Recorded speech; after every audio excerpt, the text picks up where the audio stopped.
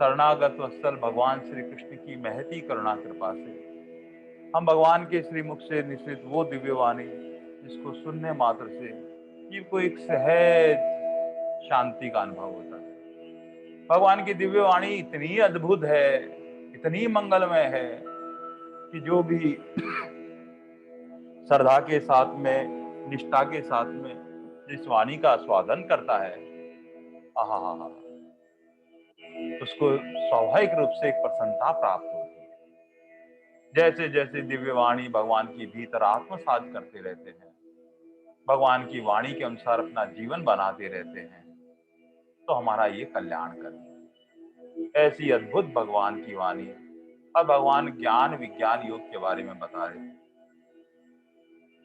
ज्ञान जो है भीतर आत्म तत्व का ज्ञान, मैं कौन हूं, ये ज्ञान, और ये चारों तरफ सृष्टि की पंचभौतिक सृष्टि दिखाई दे रही है, ये सारे चमत्कार जितने भी हैं ये सब विज्ञान है। लेकिन इसके मूलभूत पीछे जब चमत्कार समाप्त हो जाए और उस परमात्मा की लीला देखने लग जाएं, उसको अनुभूत करने लग जाएं, ये विज्ञान है।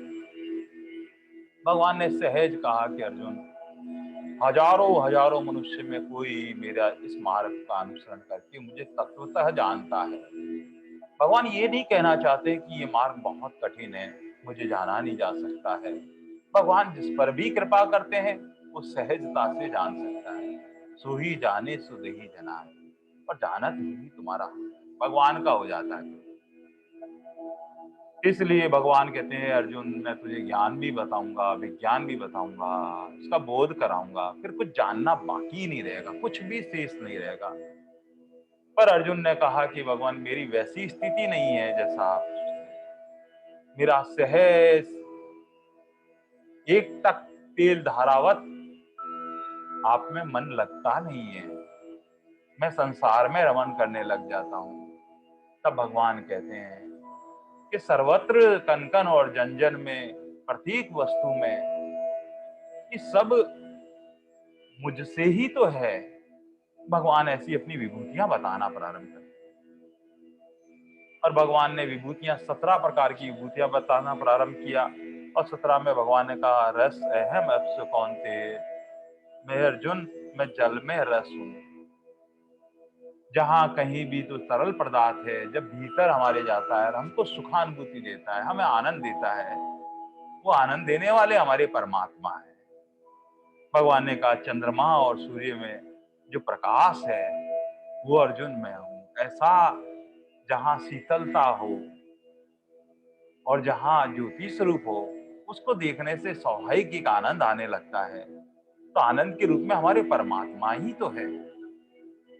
भगवान कहते हैं, ओकार अक्षर जो प्रथम अक्षर जिससे सारी सृष्टि का विस्तार हुआ, ये अर्जुन, उस ओकार जो अक्षर है वो मैं हूं, जहां से सारी सृष्टि का विस्तार होता है। भगवान अपनी विभूतियां बताते बताते कहते हैं कि आकाश में उस तत्व जो गुण है, वो शब्द, वो मैं ही हूं। संतों के श्रीमुख से सुना कि और भाव देते हैं कि आकाश में जो एक गुण होता है वो स्वरूप है, और वो है उसका शब्द। यदि निर्लिप्तता होते हुए भी शब्द आकाश का गुण है। भगवान ने उसके बाद में वायु में बताया कि वायु क्या करती है, जब वायु चलती है तो सरसर सर सी आवाज आने लगती है।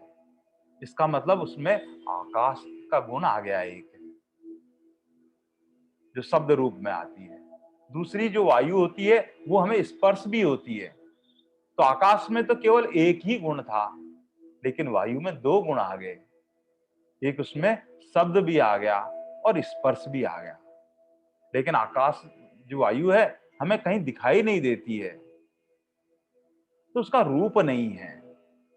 ऐसे ही वायु में कोई रस नहीं है और वायु में कोई गंध नहीं। लेकिन उसके बाद में जब अग्नि आई, आकाश में तो केवल एक गुण था, वायु में दो गुण आए। अग्नि के अंदर रूप भी आ गया। अग्नि हम कहीं जलाते हैं या जंगल में आग लग जाती है तो चढ़ चढ़ की सी आवाज आने लगती है। या कहीं जो माताएं बहनें चूल्हा जलाती हैं, वहां लकड़ी जाती है तो अग्नि में से एक आवाज आती है, तो इसका मतलब शब्द है अग्नि में कहीं ना कहीं। उसका अग्नि का रूप भी दिखाई देता है। और अपन तपते हैं तो स्पर्श भी हैं, लेकिन वहां रस और जो है वो गंध नहीं है। तो अग्नि में 3 गुण आ जाते हैं। उसके बाद में हमारे पास में जल तत्व जो आता है, रस तत्व में, ये जल हमको दिखाई भी देता है, उसका रूप भी है। उसको हम भीतर जब ग्रहण करते हैं तो उसमें रस तत्व में परमात्मा व्याप्त है, तो रस भी है उसके अंदर। पानी ऊपर से झरना जब गिरता है तो एक आवाज भी करता है, तो शब्द भी है। तो रूप भी है उसके अंदर, रस भी है, शब्द भी है। और पानी को हम हाथ में ले तो वो स्पर्श भी करता है। ये ठंडा पानी है, ये गर्म पानी है, तो उसमें 4 गुण आ गए हैं। और पृथ्वी तत्व में जो है 5 गुण मौजूद हैं। वहां पृथ्वी तत्व के अंदर उसका रूप भी दिखाई देता है, उसमें रस भी है, उसमें शब्द है, कोई वस्तु पटकेंगे तो आवाज होती है, शब्द भी है, स्पर्श भी है और गंध भी है। भगवान यही कहना चाहते हैं कि मैं आकाश में शब्द रूप में हूं। ये पंच भौतिक तत्व में जहां जहां हमारी दृष्टि, पता नहीं लगता है कि पंच भौतिक तत्व से शरीर बना हुआ है, कण कण जन जन में ये भगवान के जो इंद्रियों के विषय हैं, रूप रस शब्द स्पर्श गंध, ये सर्वव्यापकता लिए हुए हैं। भगवान ने कहा हम पुरुषों में जो अहम भाव का जो सात्विक बल है वो मेरी विभूति है, जो हमें प्रेरणा देता है सत् कार्य करने के लिए, जो सेवा का काम करने के लिए। भगवान ने अपनी विभूति बताया है। भगवान अब आगे की विभूतियों बताते हैं। भगवान कहते हैं पुण्य गंधो पृथ्व्याम च है। पृथ्वी में गंध जो सीनी बीनी आती है वो मेरी विभूति है अर्जुन। अग्नि में तेज मेरा है और सर्वभूतों में जीवनी शक्ति मेरी है। जब कोई प्राण शक्ति चेतन शक्ति कहीं दिखाई देते हैं, तब अगर वो वहां से चेतन तत्व निकल जाए तो ये मिट्टी जैसा ही है हमारा शरीर, फिर मिट्टी पंच भौतिक तत्वों में ही मिल जाता है पूरा पूरा। बस ऐसे तपस्वियों में तेज जो है, तप है, जो हिमालयों की कंदरा में जाकर जो भजन करते हैं, ध्यान करते हैं और वहां माइनस में टेम्परेचर होने के बाद में भी अपनी जीवन चला पाते हैं, उस तेज ठंड को सहन करने की जो शक्ति सामर्थ्य देते हैं वो हमारे परमात्मा की शक्ति है।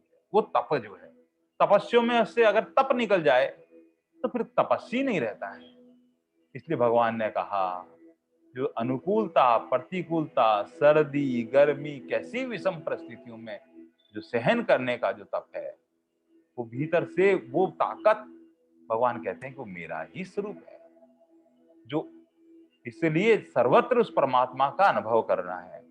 भगवान अब आगे 10वें श्लोक में अर्जुन को और विभूतियां, 17 विभूतियां ऐसी एक एक विभूति है कि हमें सर्वत्र परमात्मा तत्व का बोध होने लगता है।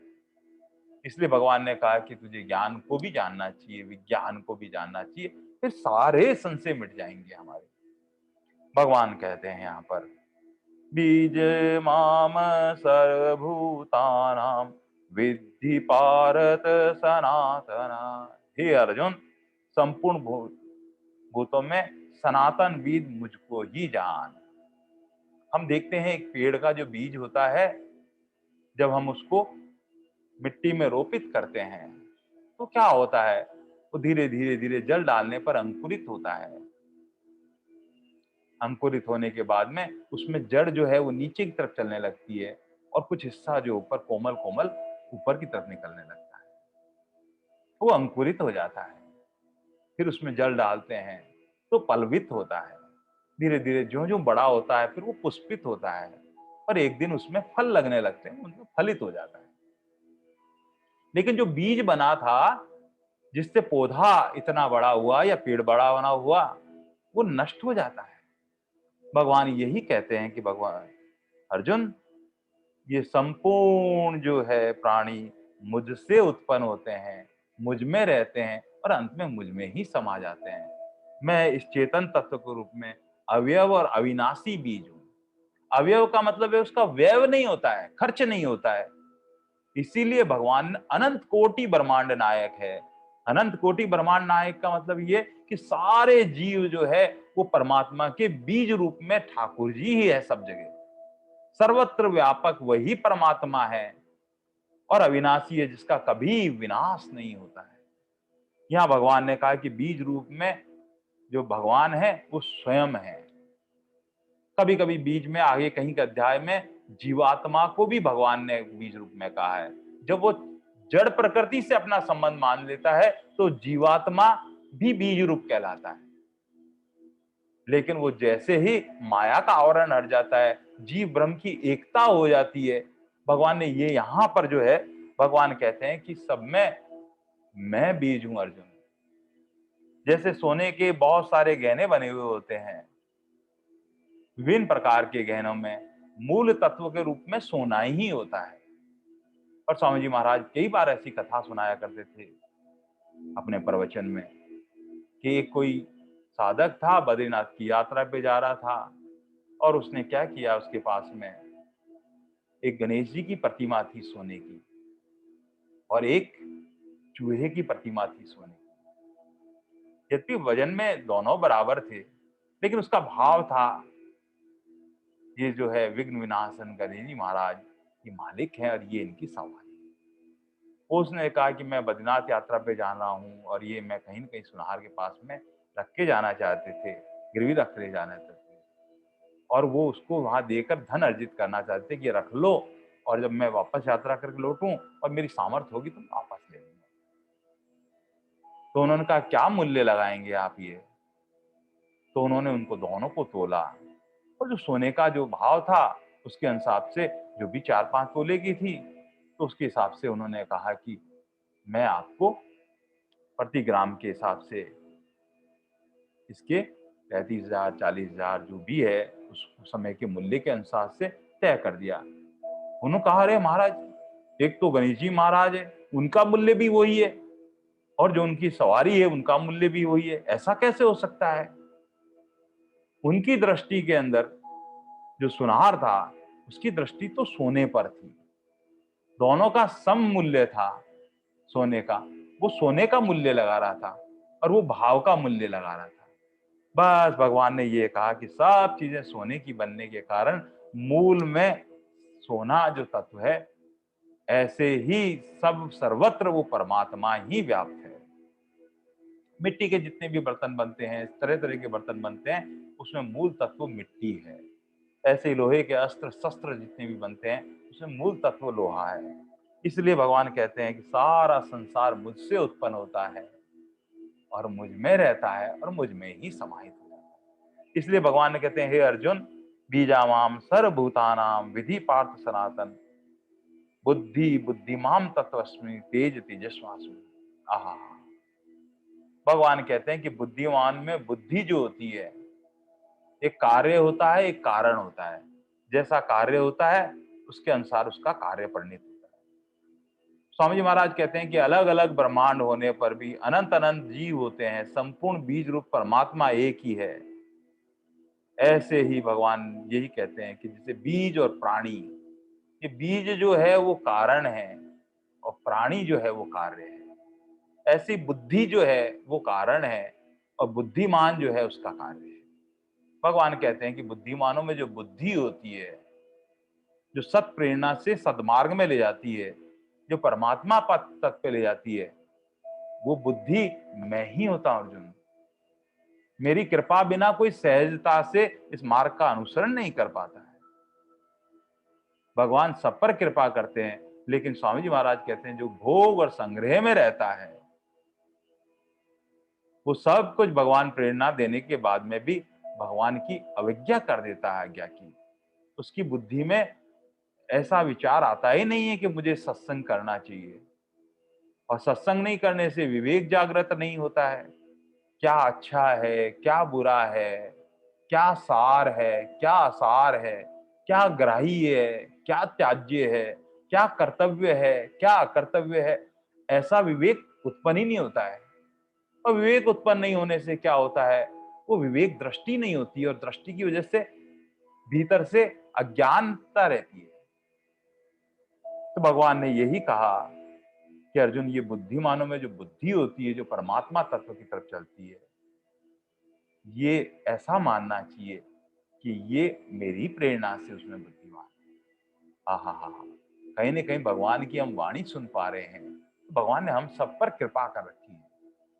बस वहां कहीं भी इस बात का अभिमान नहीं होना चाहिए, अरे दूसरों की तुलना में श्रेष्ठता देखकर देखो मेरी बुद्धि कितनी तेज है, अहंकार भी नहीं होना चाहिए। मुझे ज्ञान है, मैं गीता जी पढ़ता हूँ, मुझे सर्व ज्ञान है, मुझे पता है। अरे ठाकुर जी की कृपा माननी चाहिए। वो बुद्धि तत्व में ददामि बुद्धि योगम, ये भगवान ही बुद्धि देते हैं। भगवान की कृपा है, भगवान की कृपा से ही जो थोड़ा बहुत जान पाते हैं वो ठाकुर जी की कृपा है। ऐसे साधक को ये मानना चाहिए, ये विभूति है। अगर गीता जी के सहज रूप से गीता जी कृपा करके हमें श्लोक याद हो रहे हैं, तो गीता मैया की कृपा माननी चाहिए, भगवान की कृपा माननी चाहिए। भगवान हमारे बुद्धि में बुद्धिमानता जो दे रहे हैं, भगवान दे रहे हैं। अपनी कहीं भी अभिमान और अहंकार लेश मात्र नहीं होना चाहिए, तभी हमारा अहम कर्तृत्व भाव मिटेगा, और जो कर्तापन मिटेगा तो भोक्तापन भी मिटेगा। बस भगवान ने ये कहते हैं, तेजस्वी हूं मैं, तेज हूं, आहा हा हा, तेजस्वी अहम, आहा। जो दुर्गुण दुराचारी जो बहुत सारे व्यक्ति होते हैं, ऐसे तेजस्वी पुरुष के समक्ष जाते हैं, वो सद्गुण सदाचार से ओतप्रोत हो जाते हैं, उनके दुर्गुण दुराचार मिट जाते हैं, और भगवान की कृपा से वो सदमार्ग में चलते रहते हैं। इसीलिए तो हम क्या करते हैं, संतों के शरण में जाते हैं, महापुरुषों के शरण में जाते हैं, जो भगवत प्राप्त तत्व वाले व्यक्ति हैं उनके शरण में जाते हैं। उनका तेज ऐसा होता है कि उनकी कृपा से, कृपा दृष्टि से हमारे भीतर से दुर्गुण दुराचार निकलने लगते हैं। एक माता जी थी, उनके जो पति देव थे, वो क्या थे, उसमें कुछ दुर्गुण दुराचार थे। यद्यपि जीव बहुत पवित्र थे, शुद्ध थे, ऐसी बात नहीं है, लेकिन कुछ अवगुण थे। वो मदिरापान करते थे, मांस भक्षण भी करते थे। वो बार बार कहते थे, आप चलो ना महाराज जी के पास में, महाराज जी से निवेदन करें। अरे नहीं, तुम यहाँ भी पता नहीं क्या क्या कहती रहती हो, और वहां जाके फिर महाराज जी से मेरी बहुत शिकायतें करोगी, और ये कहोगे फिर वही बात हो जाएगी, फिर मदिरा पान, वही मांस भक्षण की बात, और मैं नहीं नहीं, अरे नहीं नहीं आप चलो इस तरह से। बस उनमें दृष्टि ऐसी हो गई, और वो इतने सज्जन थे, बाकी सब गुण थे, अब एक आध दुर्गुण दुराचार थे, तो क्या किया जाए। लेकिन वो गए महाराज जी के शरण में, और महाराज जी से निवेदन किया, महाराज जी ये बहुत अच्छे हैं। बस यही भाव होना चाहिए। जब हमारे यहाँ से ये सकारात्मक भाव जाता है, तो उनके भीतर भी सकारात्मक भाव से परिवर्तन आना संभव है, क्योंकि वो संत महात्मा होते हैं, उनमें तेजस्वियों सा जो तेज होता है, उस तेज के प्रभाव से हमको दुर्गुण दुराचार मिटने लगते हैं। महाराज जी के पास गए, महाराज जी बहुत अच्छे हैं, सब कुछ अच्छा है, बस ये एक है। महाराज जी ने कहा कोई बात नहीं सर, उनको महाराज जी भी क्या है, समता में थे। पर समता में क्यों ना हो, जो भगवान का भजन करता है, सत्संग करता है, भगवान की समता ही तो परमात्मा का स्वरूप है। महाराज जी समता में थे, उनका वो तेज था। भगवान ने उनसे कहा, चलो आप पीते हो कोई बात नहीं, कभी कभी आप लेते हो, लेकिन एक का नियम आपको लेना चाहिए। आप जब भी ठाकुर जी के भोग आरोप धरते हो, तो क्या करते हो, तुलसी पत्थर रख, और तुलसी पत्थर रख के भोग धारण करते हैं, और वो प्रसादी है। बस उनसे कहा कि आप जब भी भगवान के भोग लगाओ, उस प्रसाद को पाते हो, तो आप जो भी खाते हो खाओ, जो भी पीते हो पियो। बस आपको क्या नियम लेना है, जिस प्रकार प्रसादी के भगवान के भोग लगाया जाता है, बस उसी प्रकार से जो रोकते हो उसका भोग लगा के ले सकते हो। बोले महाराज जी भोग लगा, मैं तो मांस भक्षण करता हूं, मदिरा, हाँ कोई बात नहीं, भोग लगाओ फिर लो। और जैसे ही ये बात सुनकर आए, उन्होंने विचार किया, और अगले दिन जब उनके ये समय हुआ संध्याकालीन, और जैसे ही उसने कहा, विचार आया कि महाराज जी के जाके आए थे, मदिरा पान करनी है, और उन्होंने क्या किया, एक गिलास के अंदर मदिरा रखी, भोग धरने गए, भीतर से ठाकुर जी की ऐसी प्रेरणा हुई, अरे ये कैसे रख सकता हूं, ये तो अपवित्र वस्तु है, नहीं नहीं नहीं नहीं, ऐसा विचार आने लगा। जरूर महाराज जी ने कहा था कि भोग धरो, पर मैं ये नहीं धर सकता, ऐसे ही मांस भक्षण का भोग नहीं लगा सकता। धीरे धीरे विचार आने लगा, जो 7 दिन में कभी एक आध बार लिया करते थे, ऐसी धीरे धीरे वो वर्ती छूटने लगी। और छूटने से ऐसा हुआ कि वो स्वभाव में परिवर्तन आने लगा। किन से परिवर्तन आने लगा? तेजस्वियों में वो तेज, वो संत महात्मा में वो तेज होता है, वो उनकी कृपा होती है, और कृपा होने से उनके भीतर से दुर्गुण दुराचार मिट जाते हैं। भगवान कहते हैं ये दुर्गुण दुराचार इसलिए मिट जाते हैं कि उनके भीतर भी मैं ही बैठा रहता हूं, एक विचार ऐसा बन जाता है कि अब मैं ये ऐसा। तो संत महात्माओं के शरण में जाने से, उनके पास जाने से वो कृपा करते हैं, उनका ऐसा तेज होता है। और मैंने देखा अपने जीवन में, जो रात दिन नशे में धुत थे, उनका जीवन ऐसा था कि जीवन रहेगा या नहीं रहेगा, लेकिन भगवान ने ऐसी कृपा करी, वो संतों के शरण में चले गए, महाराज जी से निवेदन किया, महाराज जी ने कौन कहा, अरे तुम ऐसा करो, तुम्हें उस वक्त ऐसा विचार आए तो तुम और कोई पेय बताया उन्होंने, और उस पानी का सेवन लिया करो। ऐसे धीरे धीरे धीरे उनकी कृपा हुई, और आज स्थिति इतनी बदल गई कि जीवन बदल गया। वो दुर्गुण दुराचार सब निकल गए, सद्गुण सदाचार आ गए, साधक बन गए, भगवान की भक्ति करने लगे। और भगवान की भक्ति करते हैं, सत्संग करते हैं, वो विवेक जागृत होगा। फिर उनको लगता है कि अरे व्यर्था जीवन जा रहा था, ये भगवान ने बचा लिया हमको कहीं ना कहीं।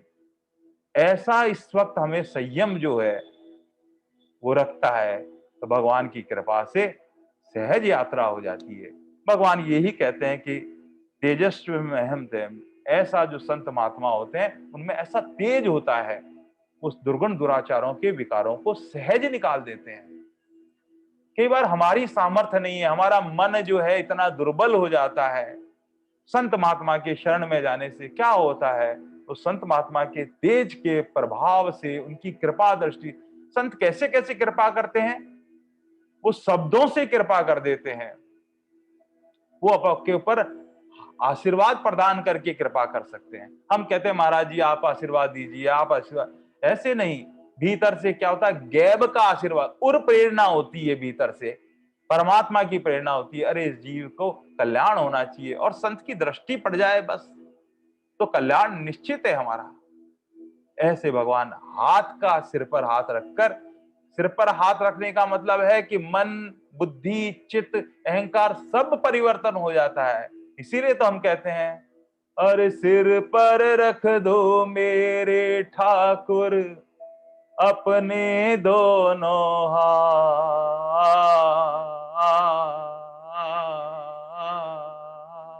देना हो तो दीजिए जन्म जन्म का साथ, देना हो तो दीजिए जन्म जन्म का साथ।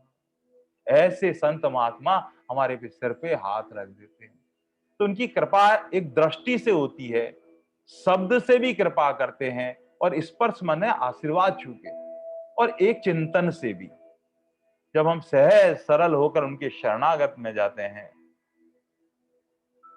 और बस हमारी सहजता सरलता उनके प्रति, उनके आज्ञा पालन करने से, प्रातः काल क्या होता है जब वो जगते हैं, तो वहीं बैठे बैठे आपका ध्यान आने लग जाता है, और प्रेरणा से बस हमारा कल्याण निश्चित है।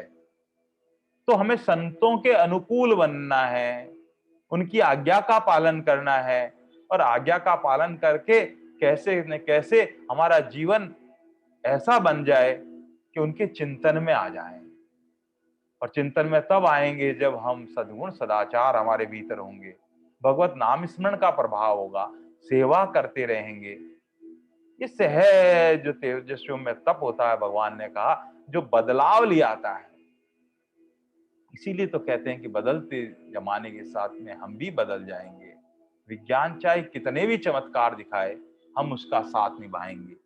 पर हमारी संस्कृति, सभ्यता, संस्कारों को हम कभी नहीं भूल पाएंगे। और हमारी संस्कृति, सभ्यता, संस्कार ये कि हमें सदगुरु संत महात्मा के दंडवत प्रणाम करके चरणों में रहना चाहिए, उनके बताए उनके मार्ग पर चलना चाहिए। भगवान अपनी एक एक विभूतियां बता रहे हैं, यद्यपि ये विभूतियां एक एक शब्दों में ही है, लेकिन जैसे जैसे भगवान प्रेरणा देते जा रहे हैं वैसे ही हो रहे हैं। हम डूब के एक एक विभूति आत्मसात कर रहे हैं, अर्थात हमें जहां कहीं दृष्टि दिखे वहां हमारी दृष्टि पलट जाए, और दृष्टि पलटते ही तो सृष्टि पलट जाती है, फिर आनंद ही आनंद हो जाता है जीवन में। भगवान कहते हैं आगे 11वें श्लोक में और विभूति बताते, कहते हैं, हे भारतवर्ष श्रेष्ठ अर्जुन, बलवानों का जो बल होता है, जिसमें आसक्ति और कामना से रहित होता है, वह सामर्थ्य मैं होता हूं। बलम बलवातम च हम काम राग विवर्जितम। आहा, जब संसार में हम क्या करते हैं कि दो प्रकार से हम कोई भी काम करते हैं, हम जो होती है कहीं ना कहीं हमारी कामना होती है या आसक्ति होती है, तभी हम काम करते हैं। अप्राप्त को प्राप्त करने की भीतर से कोई इच्छा होती है, तब हमारा एक बल होता है काम करने का, वरना कोई करेगा ही क्यों। लेकिन वो इच्छा, जो कामना है, अप्राप्त को प्राप्त करना, मनुष्य जीवन में अगर कुछ प्राप्त करने की चीज है तो वो परमात्मा है। ये संसार की चीजें तो सब विनाश वाली है,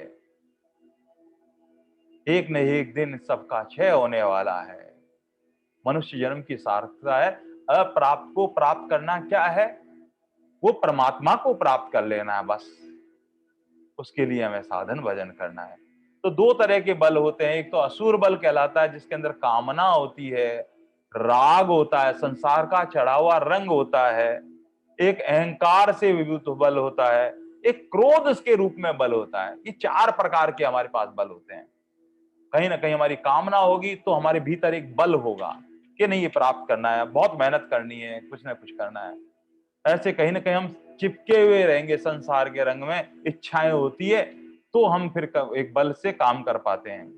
यह अहंकार रहता है धन का, पद का, प्रतिष्ठा का, मान का, सम्मान का, लोग मुझे अच्छा माने, इस बात को लेकर हमारे में एक भीतर बल रहता है, वो असुर बल कहलाता है। भगवान कहते हैं एक होता शुद्ध, सात्विक, निर्मल, पवित्र बल जो हमारे भीतर होता है, वो होता है कामना रहित होता है, वो भगवान का ही जैसे स्वरूप है, वो शास्त्र सम्मत होता है, वो धर्म युक्त होता है, वो आसक्ति से रहित होता है। ऐसा बल वो शुद्ध और सात्विक बल होता है। भगवान यही कहते हैं कि साधारण मनुष्य जो भी काम करते हैं वो कामना और आसक्ति से वशीभूत होकर करते हैं, अथक परिश्रम करते हैं, अपनी इच्छा की शक्ति में पूरी शक्ति लगा देते हैं। इसीलिए कहते हैं अप्राप्त की इच्छा जो है वो काम कहलाती है, और प्राप्त वस्तु हो जाती है उसमें हमारी आसक्ति यानी राग हो जाता है। भगवान इससे ऊपर उठकर बात कहते हैं कि अर्जुन, समृद्धि के लिए ऐसा नहीं कि आसक्ति नहीं करनी चाहिए, कामना नहीं करनी चाहिए, वरना तो समृद्धि कैसे हो गई, धन कैसे प्राप्त होगा। लेकिन सब संतुलन में, ये मुख्य बात है संतों के मुख में। काम भी जरूरी है, क्रोध भी जरूरी है, लोभ भी जरूरी है। जैसे रामायण में लिखा है कि वात, पित्त और कफ, इन तीनों का संतुलन हो, ये मानसिक रोगों में है। अगर हमारे भीतर कामना नहीं होगी तो हम इतनी मेहनत नहीं करेंगे, लेकिन सारी जिंदगी कामना करते जाएं, ये कोई समझदारी भी नहीं है। जहां समृद्धि चाहिए, जहां धन चाहिए, वहां थोड़ी बहुत कामना तो होनी चाहिए, लेकिन ये कामना का रूपांतरण होता है भावना में, और परमात्मा में रूपांतर होना बहुत जरूरी है। ये बहुत ऊंची ऊंची स्थिति है कि हम कामना रहित हो जाएं। लेकिन जब तक कामना रहित नहीं होंगे तो कहीं भीतर कामना होगी, तभी हम कुछ कार्य कर पाएंगे। तो यहाँ कामना जो है वो धर्म युक्त होनी चाहिए, शास्त्र युक्त होनी चाहिए, और धर्म युक्त और शास्त्र युक्त होगी तो मर्यादा में होगी, वो नैतिक नियम का पालन करेगी। इसलिए धर्म युक्त काम ने भगवान का स्वरूप बताया है भगवान ने। ये काम जो है, ये कौन है? ये कामना नष्ट नहीं हो सकती और नष्ट करना भी नहीं है। मूल बात है कि उसका रूपांतरण करना है।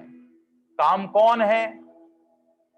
काम जो है भगवान का ही पुत्र है।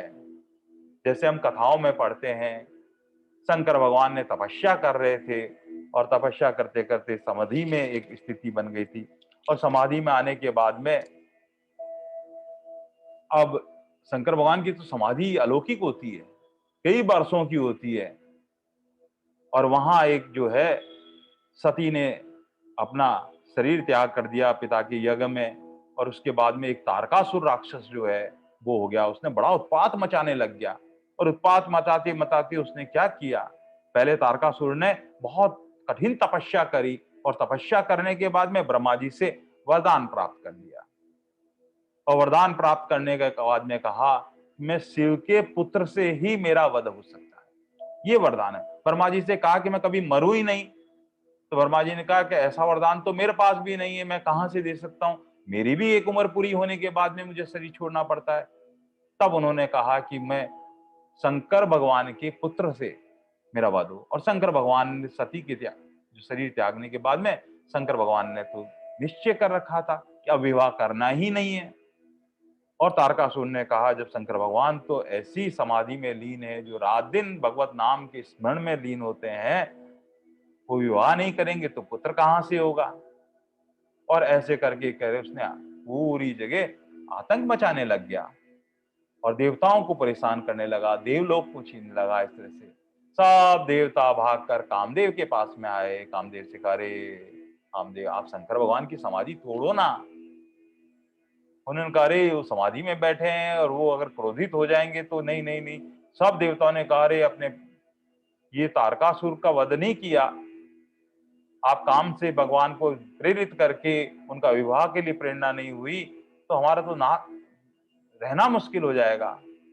सब देवताओं ने जाकर, अपने देवता तो अपने स्वार्थ कहीं ना कहीं रहता है, जाके कामदेव को सेनापति बनाया। सेनापति बनाकर भगवान शंकर भगवान के पास में भेजा, और शंकर भगवान सामने जाकर बहुत प्रकार की अप्सराओं के साथ शंकर भगवान की तपस्या को भंग करने लगा। उन समाधि में थे, अनेक प्रकार की अप्सराओं सहारा करने के बाद में प्रकृति को अनुकूल किया, सब कुछ किया, लेकिन बाबा की समाधि को कौन तोड़ सकता है। सामने एक पेड़ के अंदर एक आम का पेड़ था, उस आम के पेड़ पर वो कामदेव वहां जाके बैठे और वहां पुष्प के बाण छोड़ने लगा। सारी प्रकृति सब कुछ अनुकूल करते करते पुष्प के बाण छोड़ते छोड़ते बाबा शंकर भीतर ही भीतर, पहले तो सहज अवस्था में ऐसे थे, लेकिन एक बाण ऐसा था जो उनके हृदय पे जा रहा। और बाबा ने कहा, ये कौन विक्षेप कर रहा है। और बोले, मनाथ बाबा एकदम जैसे निद्रा में से लौकिक में भी किसी को उठाते हैं तो उन्हें क्रोध आ जाता है, और जो भगवान के नाम स्मरण में रात दिन राम नाम स्मरण में जिनकी ज्ञान गंगा भी ऊपर बह रही है, ऐसे भोलेनाथ बाबा एकदम समाधि से बाहर नहीं आया। हमें तो उस अवस्था में आसन प्राणायाम धारणा ध्यान समाधि तक पहुंचने के बाद में संसार से मन को विलग करके लगाना पड़ता है, और भोलेनाथ बाबा तो सदा वहीं रहते हैं, उनको संसार में बाहर आना पड़ता है। लेकिन बाण के जहां लगा कामदेव का, एकदम तीसरा नेत्र खुल गया, और तीसरा नेत्र खुलते ही एकदम उग्र हो गए। उग्र होते ही तो भोलेनाथ बाबा, रुद्र रूप कहा जाता है उसको, और सामने देखा कि कामदेव ने ऐसी की है। और जैसे ही कामदेव को तीसरी दृष्टि खोलते ही सारे देवता आके प्रार्थना करने लगे, बाबा बाबा भोलेनाथ बाबा कृपा करो कृपा करो कृपा।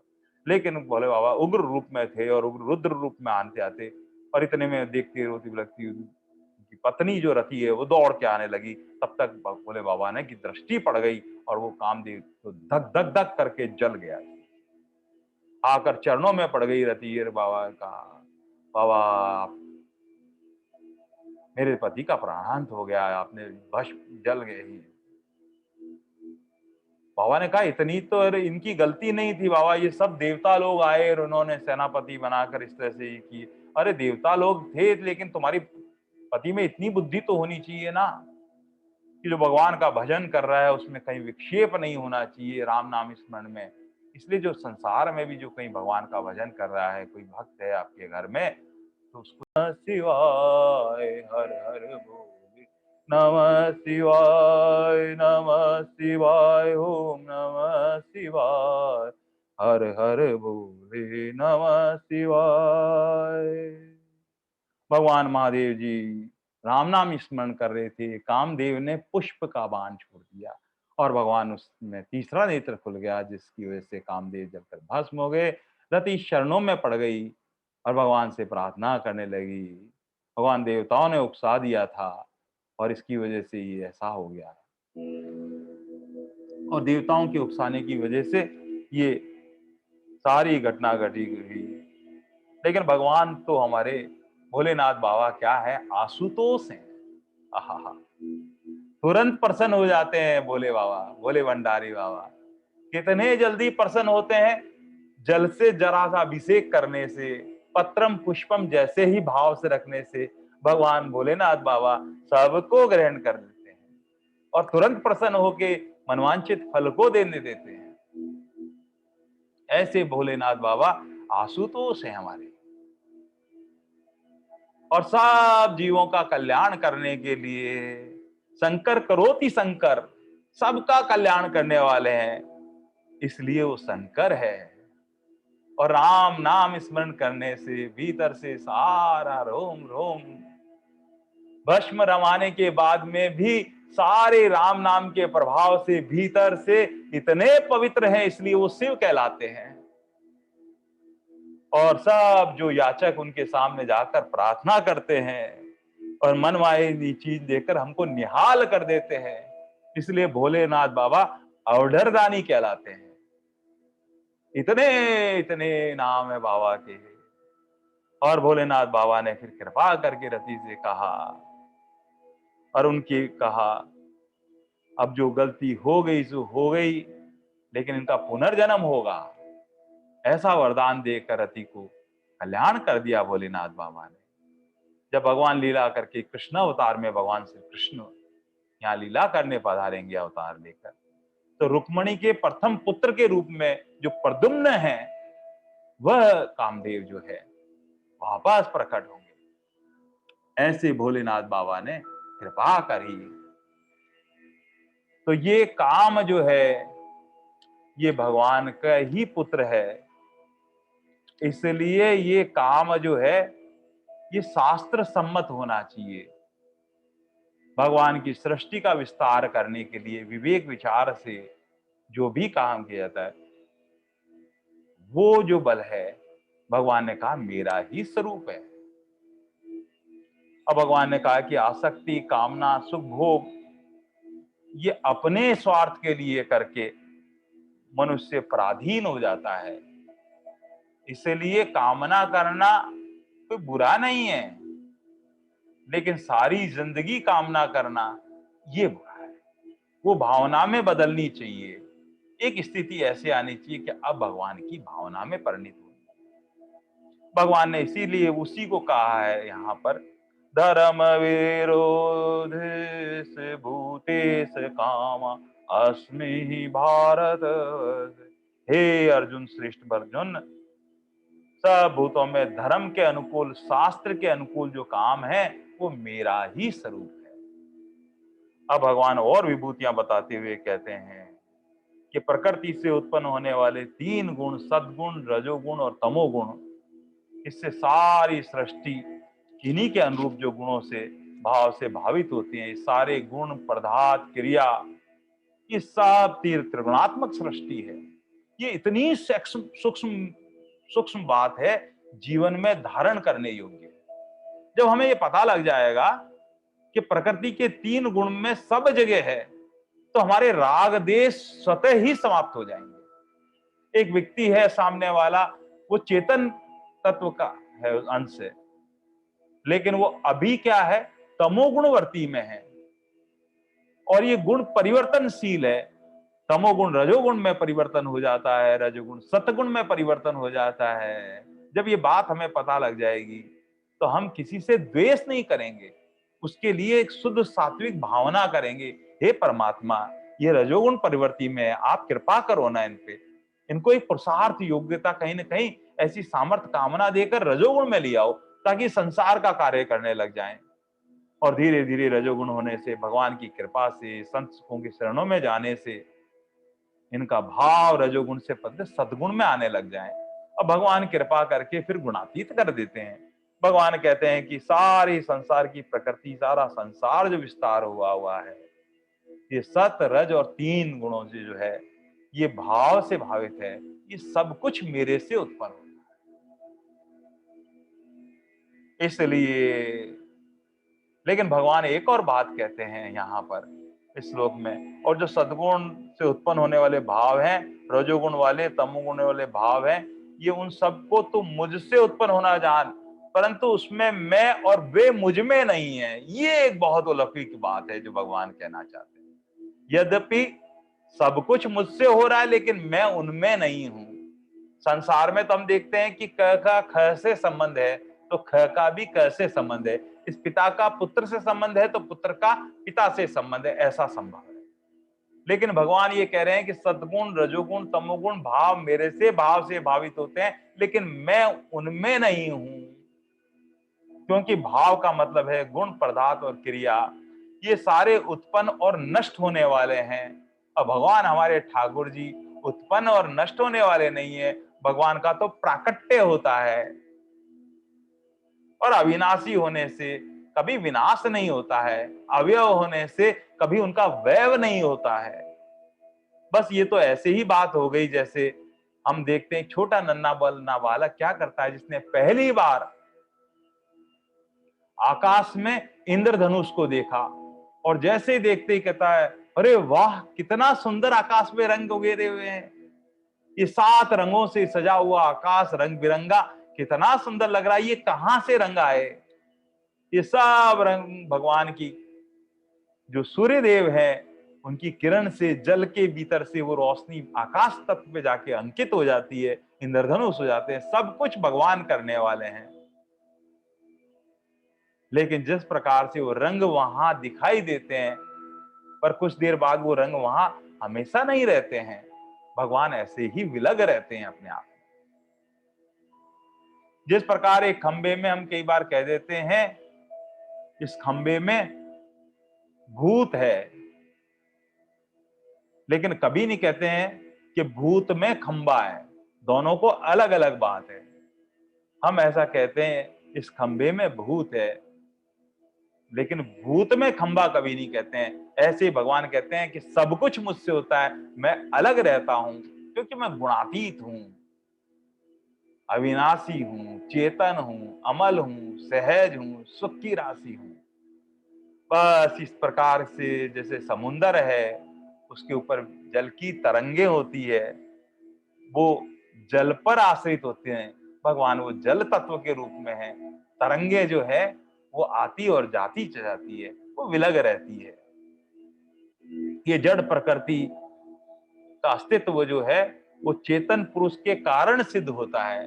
भगवान कहते हैं कि आकाश में उत्पन्न होने वाले बादल ये कारण है, उसका आधार जो है वो आकाश है। ये सब सर्वथा भगवान निर्लिप्त रहते हुए 3 गुणों से विलग रहते हैं। इसलिए भगवान कहते हैं कि मैं सर्वथा अलग रहता हूं। इसलिए भगवान ने यहाँ इस श्लोक में ये कहा कि तीनों भावों से भावित होने के बाद में भी ये तीनों गुण मुझसे होते हैं, लेकिन मैं उनमें नहीं रहता हूं, क्योंकि वो गुणातीत होते हैं। तो भगवान ऐसी बात है, आप इन सब से विलग हैं, तो ये आप इन निर्लिप्त है, तो सब लोग ऐसा क्यों नहीं जानते हैं? भगवान इतनी सहज और सरल बात समझ में क्यों नहीं आती है? भगवान की कृपा से गीता जी की कुछ छोटी छोटी सूक्ष्म बातें हमें पता लगती है और कृपा होती है। सही माने तो देखें तो भगवान की बहुत बड़ी कृपा है। इस बात का कब बोध होता है? जब गीता जी के साधक कहीं भगवान की जब बात करते हैं और एक संसारी व्यक्ति सामने आता है, जब वो अपनी बुद्धि से जो बात करता है और एक भगवान का साधक बात करता है, तब पता लगता है कि भगवान की कितनी बड़ी कृपा है। जो बातें हमें अलौकिक दूर की लगती थी, भीतर से ज्ञान तत्व प्रकट हो गया भगवान की कृपा से, बोध होने लग गया। अब हमारा रास्ता सही होने लग गया है। कि भगवान कृपा कर रहे हैं। भगवान कहते हैं कि सद्गुण रजु तीनों गुण जो है, सतोगुण रजोगुण तमोगुण, ये दोनों गुण मुझसे होते हैं, लेकिन ये जीव क्या है, मोहित हो जाता है और गुणों से संबंध अपना मान लेता है। गुण नहीं कहते हैं, लेकिन हम जाकर क्या करते हैं, कहीं ना कहीं आसक्ति कर लेते हैं, राग कर लेते हैं, और भगवान का जो नित्य संबंध है उसको हम भूल जाते हैं। भूलने के कारण हमारा मोह है, शरीर को अपना मान लेना, ये मोह है, और उससे अपने संबंध जो बनते हैं उनमें ममता कर लेना। इससे कारण हम अज्ञान और मूढ़ हो जाते हैं और आपकी सहज बात को हम जान नहीं पाते हैं, क्योंकि परिवर्तनशील प्रकृति है, और प्रकृति तो परिवर्तनशील है, जो नहीं परिवर्तन होता है वही परमात्मा है। जिस प्रकार पिक्चर हॉल के पर्दे पर चित्र जो है प्रतिकूल जो है प्रति क्षण बदलते रहते हैं, लेकिन पर्दा वही रहता है। लेकिन हम किसी से भी संसारी व्यक्ति से पूछेंगे कि आपको पर्दा अच्छा लगता है कि चित्र विभिन्न अलग अच्छे लगते हैं, वो कहते हैं हमें तो अलग अलग जो सीन आते हैं और जहां वो पिक्चराइजेशन होता है वो ज्यादा अच्छा लगता है, क्योंकि वो संसार में ही रमे हुए हैं, वो परिवर्तनशील रहना चाहते हैं, वो पर्दे को देख ही नहीं पाते हैं। बस ऐसे भगवान कहते हैं कि जैसे अंधेरे में बैठकर मोहित होकर पर्दे में जाकर अगर गिरा जाए और किसी वस्तु को पकड़ा जाए तो वस्तु मिलती नहीं है, हाथ कुछ नहीं लगता है, क्योंकि जो दृश्य दिखता है वो पर्दे पर नहीं होता है, वो पर्दा जो है वो विलग रहता है। भगवान कहते हैं इसे माया कहते हैं अर्जुन। इस माया ने सबको मोहित कर दिया है। ये सारे दृश्य देखकर मोहित होकर अपना जीवन गंवा रहे हैं हम। ये चारों तरफ जो सृष्टि का पसारा, जो आंख से जो चारों तरफ जो कुछ दिख रहा है वो सब माया का पसारा है, और मां भगवान की माया इतनी प्रबल है, वो अच्छे अच्छे जो है वो मोहित हो जाते हैं ज्ञानवान भी। ममे परम भयम, इन गुणों से अतीत अविनाशी मुझे जानते नहीं है। ये दृश्य बदलता रहता है और पर्दा कभी नहीं बदलता है। भगवान कहते हैं कि हे अर्जुन, ये मोहित हुए हुए कोई मुझे जान नहीं सकता, और ये मेरी जो माया है इतनी, भगवान कहते हैं ये दुरत्य है। आहा, देवी ही ये माया गुणमयी मम माया दुरत्या मामे वे परदंती मामयेत तरंती ते। क्योंकि जो अलौकिक कथा अधिक त्रिगुणी मेरी माया बड़ी दुष्कर है, इससे पार पाना बड़ा मुश्किल है। ये माया क्या है, छाया जैसी है, जैसे हमारा प्रतिबिंब होता है बस ऐसे ही है। सूर्य की रोशनी में हम प्रतिबिंब जैसे सामने होते हैं, जैसे हम प्रतिबिंब को पकड़ने लगते हैं वो और आगे चला जाता है। बस जैसे जैसे हम आगे बढ़ते हैं माया और हमें दौड़ाती रहती है। लेकिन जो संत महात्मा होते हैं वो इस सृष्टि संसार में रहते हैं, वो माया के पीछे नहीं रहते हैं, फिर माया उनके शरण में रहती है। ये मर्ग जल जैसा है, जिससे प्यास नहीं बुझती है, वो माया है। ये सारा संसार जो माया का विस्तार है। लेकिन भगवान कहते हैं, तो भगवान ये माया, अर्जुन ने कहा कि कैसे आप छूटे, कैसे आपके, भगवान ने कहा कि आप तो कैसे जान सकते हैं, वो अर्जुन ने पूछा। भगवान ने कहा कि जो माया से विमुख होकर केवल मेरे शरण हो जाते हैं वे मेरी कृपा से माया को पार हो जाते हैं, वो मुझे जान जाते हैं अर्जुन। जैसे मछुआरा क्या करता है, जाल फैलाता है, और जाल फैलाने से जितनी मछली जीव जंतु जो समुद्र में होते हैं वो उस जाल में फंस जाते हैं। जो लेकिन मछुआरे के पांव के समीप होते हैं, वो जाल इस एंगल पे फैलता है कि वो उस जाल में नहीं होते हैं। बस ऐसे ही जो भगवान का प्यारा भक्त होता है, जो भगवान की शरणापन रहता है, वो माया में आबद्ध नहीं होता है, वो भगवान की कृपा से सहज सुगम पार हो जाता है। और सहज सुगम पार होने का तो एक ही साधन है, वो है शरणागति। आहा, किसी भी वस्तु को अपने लिए नहीं मानना, भगवान की वस्तु को भगवान की मानकर भगवान को अर्पण कर देना, ये सच्ची शरणागति है। इसीलिए कहते हैं तन भी तेरा, मन भी तेरा, तेरा पिंड और प्राण सब कुछ तेरा, ये है दादू। भगवान की वस्तु हमारा शरीर है, वो भगवान के शरणापन है। भगवान का मन है, वो भी भगवान का है, जड़ है लेकिन मिलाता परमात्मा से, वो भी भगवान को। ये प्राण भी सांसों सांस भगवान को दे दिए हमने। सब कुछ भगवान के समर्पण कर देना, भगवान को अर्पित कर देना। कोई वस्तु अब अपनी नहीं मानकर भगवान इतने जल्दी प्रसन्न हो जाते हैं, हम सोच नहीं सकते। एक बहुत बड़े सेठ जी थे, और उस सेठ जी के क्या था कि बड़ा कारोबार था, धनाढ्य थे। धनाढ्य होने से एक बार उनका जन्मदिन आ गया, और जन्मदिन आने के बाद में कुछ लोगों ने कहा, अरे आज तो सेठ जी का जन्मदिन है, सेठ जी को कुछ ना कुछ उपहार देना चाहिए। एक व्यक्ति के मन में ऐसा विचार आ गया, उसने क्या किया कि एक बाजार से एक घड़ी ले आया, 100-150 रुपए की या 300 रुपए की घड़ी जो सस्ती थी, वो लाकर सेठ जी का, आपको बहुत बहुत बधाई सेठ जी, आपका जन्मदिन है, ये घड़ी उपहार में लाया। सेठ जी ने सहज ले ली, उन्होंने मन इतना ऐसा नहीं, हाँ ठीक है भाई, बहुत बहुत धन्यवाद, आपने याद रखा ऐसे करके। कारण है कि सेठ जी की सामर्थ्य और धनाढ्य के कारण वो छोटी सी घड़ी उनको अनुकूल नहीं लग रही थी। उनके धन की इतनी प्रचुरता थी, वो छोटा उपहार उनके अनुकूल लगा, सामर्थ्य से कम है ऐसा। सेठ जी लेकिन घर गए। घर जाने के बाद में सेठ जी का एक पोता था, 10-12 साल का। दादी से सुन रखा था कल दादाजी का जो है जन्मदिन है।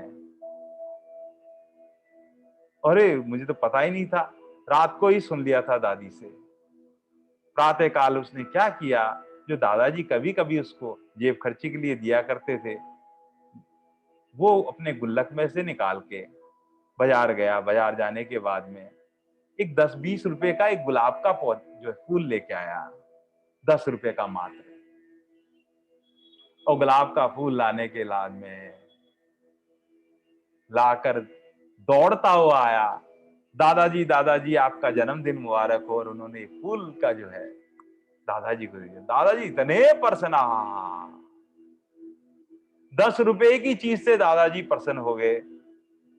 अरे कहां से ला दादाजी, आप जो मुझे जेब खर्ची देते थे ना, बस वो मेरे गुल्लक में थी, और मुझे ऐसा लगा आपका जन्मदिन है और आज कल रहने ऐसे सबसे पहले उठूंगा और दादाजी को फूल का ये देकर जन्मदिन मनाऊंगा। दादाजी इतने प्रसन्न हुए, मेरे दिए हुए पैसे से मुझे ही फूल लाकर अर्पित कर रहा है। कितने दादाजी, ये लौकिक दादाजी जो इतने प्रसन्न हो जाते हैं, हमारे ठाकुर जी जो परम पिता परमेश्वर है, उनकी दी हुई वस्तु बस उनको समर्पित कर दें, कितने ठाकुर जी प्रसन्न होते हैं, जान नहीं सकते हम।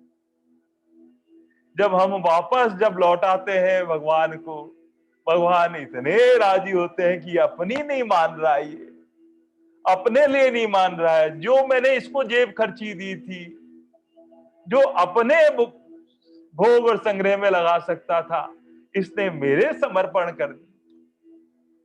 इसलिए जो वस्तु है वो सब भगवान को समर्पण कर दी जाए, तो भगवान इतने जल्दी राजी हो जाते हैं कि हम संसार में कितना भी राजी करना चाहे, संसार को राजी नहीं कर सकते हैं।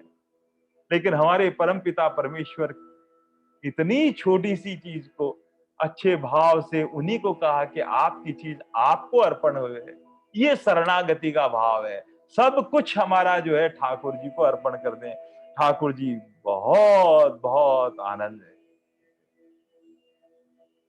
शरणागत की लाज तुमको, शरणागत की लाज तुमको, शरणागत की लाज तुमको, शरणागत की लाज तुमको, शरणागत की लाज।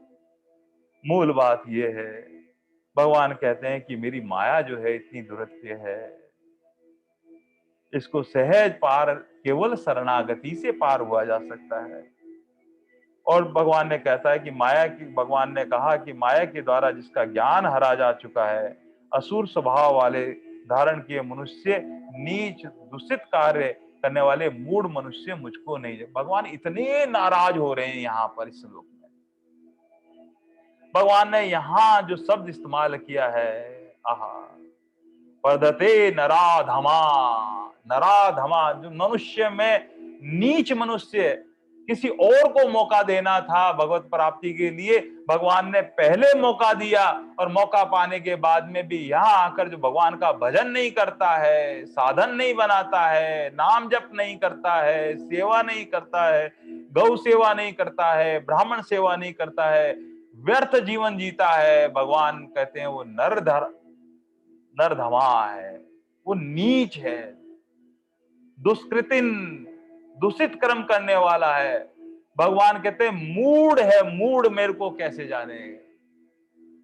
भगवान को बड़ा दुख होता है। जैसे एक पिता क्या करता है, बालक को एक खिलौना देता है, बालक उस खेलते हुए थोड़ी देर खेलने के बाद उसको तोड़ के फेंक देता है।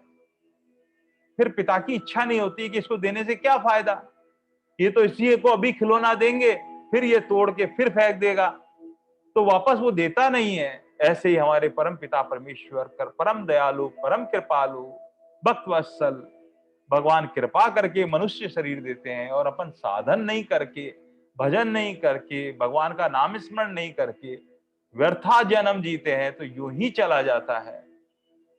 ये बार बार जन्म मिलता नहीं है, बार बार नहीं मिलता ये धन। भगवान कहते हैं उसका ज्ञान हरा जा चुका है, वो असुर स्वभाव वाला है। असुर मतलब प्राणों को ही पोषण करता है, अपना ही स्वार्थ करता रहता है। धारण किया हुआ नरधमा, दूषित करने वाला मूढ़ मनुष्य मुझे नहीं बजते हैं। तो भगवान फिर आपको कौन बजते हैं? भगवान फिर 4 प्रकार के लोगों के लिए वर्णन करते हैं, और भगवान फिर कहेंगे आर्त, आर्त, जिज्ञासु और ज्ञानी 4 प्रकार के जो है मेरा भजन करते हैं। आइए हम सब अभी से भजन करने लग जाएं, ताकि कहीं ना कहीं हम आर्त भाव से जब संकट पड़े तब भगवान का भजन करें। और जो चाहे कोई भी चीज की वस्तु के लिए, तो भी भगवान भगवान कृपालु कर वो करना चाहते हैं, कहते हैं कि वो मेरा प्यारा भक्त है भाई। और जिज्ञासु होता है जो जानना चाहता है परमपिता परमेश्वर के लिए, और ज्ञानी तो भगवान ने अपना ही स्वरूप बताया है। ऐसा वर्णन करते हैं। ओम तत्सत। आइए भगवान की आरती